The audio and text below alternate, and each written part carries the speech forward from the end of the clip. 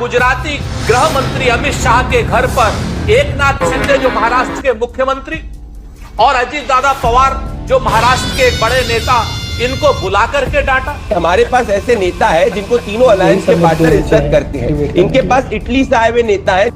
अमित शाह नाम के गुजरात से आए हुए गृह मंत्री मराठा इज्जत का खिलवाड़ कर रहे हैं, महाराष्ट्र की इज्जत का खेल रहे हैं।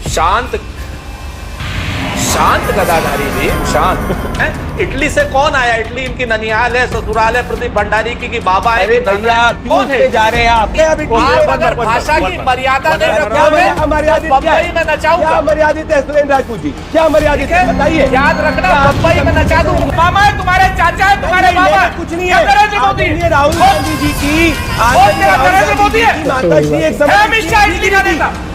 अरे जो लोग आदित्य ठाकरे के सामने अपना कैंडिडेट नहीं दे पा रहे हैं, भाई उधार के सिंदूर से सुहागिन बना जाता है। ऑलराइट गाइस, स्वागत है आप सबका इस चैनल के एक और नए वीडियो में। 20 नवंबर को महाराष्ट्र विधानसभा के लिए इलेक्शन होने वाले हैं और इससे पहले बीजेपी के गठबंधन महायुति और कांग्रेस के गठबंधन महाविकास अघाड़ी ने अपने अपने कैंडिडेट्स की लिस्ट फाइनल कर दी है। लेकिन दोनों ही पार्टियों के बीच में, यानी कि दोनों ही गठबंधन के बीच में यह देखने को मिला है कि उनके नेताओं के बीच में सीटों की खींचतान को साफ साफ देखा जा सकता है।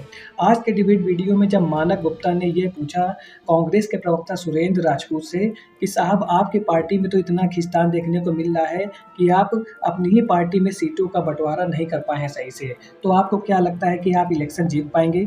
तो सुरेंद्र राजपूत ने मानक गुप्ता का जवाब देते हुए कहा कि हमारी पार्टी में लोकतंत्र बरकरार है और हमारी पार्टी के जितने भी गठबंधन के दल हैं उनके बीच में जो मीटिंग हो रही है वो मुंबई में ही हो रही है। भारतीय जनता पार्टी की तरह नहीं है कि वे गुजराती गृह मंत्री के आवास पर दिल्ली जाते हैं और वहां पर अपने गठबंधन के नेताओं को भर भर के डांट लगाते हैं। सुरेंद्र राजपूत के स्टेटमेंट का जवाब देते हुए बीजेपी प्रवक्ता प्रदीप भंडारी ने यह कहा कि हमारे पास ऐसा नेता है जिसको गठबंधन के सभी दल सम्मान करते हैं।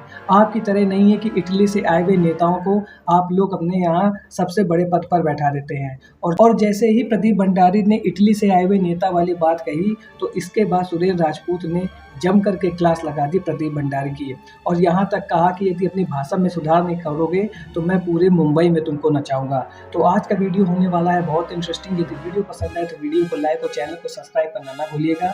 चलिए वीडियो को शुरू करते हैं। देखिए 4-5 मिनट बोले सुरेंद्र, 8 मिनट और इन्होंने 4-5 बार इसमें गुजराती गृह मंत्री के दरबार में आप महाराष्ट्र के नेताओं को बुलाकर उनका अपमान कर रहे हैं।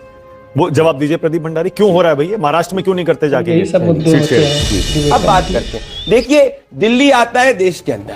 अब इनको दिक्कत इस बात की है कि भाई हमारे पास ऐसे नेता है जिनको तीनों अलायंस के पार्टनर इज्जत करते हैं। इनके पास इटली से आए हुए नेता है जो राहुल गांधी एक मीटिंग में ना शरद पवार, मुझे पता है कि राहुल गांधी का राजनीतिक कर इतना नहीं है कि शरद पवार जी, उद्धव ठाकरे जी, अगर ये बकवास की बात करनी है, 1 मिनट के अंदर याद है, 1 मिनट में बोलना शुरू होगा, इन्होंने सब झूठी बातें बोली। अब 1 मिनट में जैसे इनको फैक्ट दिखाना शुरू होगा तो मुंबई में नचाऊंगा, वो नहीं है, मुंबई में नचाऊंगा, इटली से वो मीटिंग छोड़ के जाते हैं मानक जी। तो मुझे पता है इनका फ्रस्ट्रेशन कहाँ है। अब इनकी स्थिति देखिए, मैं नहीं बोलूंगा, मैं सिर्फ संजय राउत जी को बताऊंगा संजय राउत जी क्या सोचते हैं कांग्रेस पार्टी के बारे में। आज ही संजय राउत ने प्रेस कॉन्फ्रेंस करी और कांग्रेस पार्टी को बोला, भूल गए हरियाणा के अंदर क्या हुआ था जब सब सीटों पे चुनाव लड़े थे।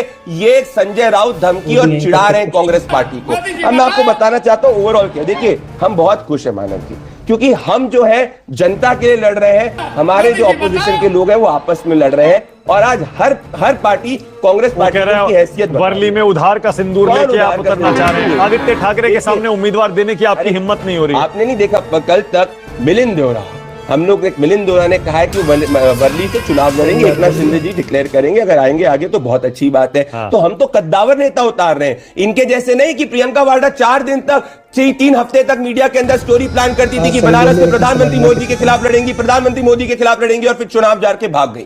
तो इनके नेता भागते हैं। राहुल गांधी कैसे भाग गए थे वायनाड में, कैसे प्रियंका वाड्रा 35% माइनॉरिटी सीट से लड़ रही है। तो ये सब भागी हुई पार्टी है और मैं समझ सकता हूं। आज मेरे से मत सुनिए, समाजवादी पार्टी ने इनका क्या हश्र किया उत्तर प्रदेश में, जहां 5 सीटों में 9 में से इनकी 1% से कम वोट शेयर था, 1 सीट नहीं दे पाए। हार की गारंटी कांग्रेस पार्टी को बता दिया। तो मैं तो बहुत खुश हूं कि ये करते रहे, चलते रहे, ऐसे ही खुश रहे। सुरेंद्र राजपूत जी ने यही स्टेटमेंट हरियाणा में दिया था, यही स्टेटमेंट महाराष्ट्र में दे रहे हैं। 23 नवंबर के नतीजे हमको पता है। नहीं पता है ना, ऐसे मत बोलिए 23 के हमको नहीं, पता है। हम कैसे बता पता रहे है? लोकसभा में तो 31 सीटें जीते हैं वो लोग, 48 में से। आप कह रहे हैं हमें नतीजे पता मैं है। बता रहा हूं क्योंकि एक बार झूठ का गुब्बारा चल सकता है मानक जी, एक बार इनकी फेक न्यूज फैक्ट्री चल गई थी, उसके बाद हम सशक्त हो चुके हैं। हम बूथ बूथ पे इनकी फेक न्यूज फैक्ट्री से मुकाबला करने के लिए पूर्ण रूप से तैयार है। आप मुझे बता दीजिए, क्या ये एक प्रेस कॉन्फ्रेंस में एक ज्वाइंट चीफ मिनिस्टर पद का उम्मीदवार घोषित कर सकते हैं? अगस्त में तो उद्धव ठाकरे जी को घोषित करने की बात शिंदे सेना, वो तो आपके पास भी नहीं है। उद्धव सेना सीएम उम्मीदवार पर मत जाइए। ऐसी बात कर रहे हैं, मैं बता रहा हूं आपको। आपका सिटिंग सीएम है, अरे लेकिन कैंडिडेट नहीं, सुनिए मेरी, कैंडिडेट नहीं। अरे तो ये तो नेचुरल है कि जो सिटिंग सीएम होगा वही सीएम बनेगा, वही कैंडिडेट होगा, वही सीएम बनेगा, वही कैंडिडेट होगा, वही सीएम बनेगा। हमारे उम्मीदवार वो है। देवेंद्र फडणवीस जी ने ज्वाइंट प्रेस कॉन्फ्रेंस में कह दिया कि हमारे सीएम उम्मीदवार यही कर रहे हैं। उद्धव ठाकरे, आनंद दुबे जी इसलिए इतना नाराज है क्योंकि अगस्त से लेके वो कांग्रेस पार्टी को कह रहे हैं उद्धव जी को डिक्लेयर कर दो, डिक्लेयर कर दो, डिक्लेयर कर दो। डिक्लेयर ही नहीं हो रहे। अब तो जयंत पाटिल पे भी कोई मान नहीं। ठीक है, ओके। एक मिनट और दे रहा हूं, उसके बाद बाकी मेहमान है मेरे पास। आज लंबा चौड़ा पैनल है। सुरेंद्र राजपूत, 1 मिनट आपका, बोलिए। दो चीजें हैं मानक भाई, मुझे आपसे निराशा है। आप मुझे बताइए, बात हिंदुस्तान की हो रही है, बात क्या नाम महाराष्ट्र के इलेक्शन की हो रही है, गुजरात की हो रही है, दिल्ली की हो रही है, इसमें इटली कहां आ गई?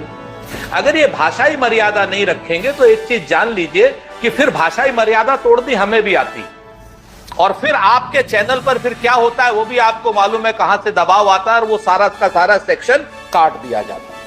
तो इस तरीके की भाषाएं मर्यादा न तोड़ी जाए। इटली से कौन आया? इटली इनकी ननिहाल है, ससुराल है, प्रदीप भंडारी की बाबा है। अरे भैया, क्यों उस पे जा रहे हैं आप? जब आप गुजरात के लोगों को अपमान करते हैं, जब आप जाके गद्दारों की पार्टी करने का प्रयास करते हैं, आप जाके लोगों को, गुजरात के लोगों के खिलाफ भड़काने का प्रयास कर रहे हैं, कैसी बात कर रहे हैं आप? क्या कैसी बातें कर रहे हैं आप?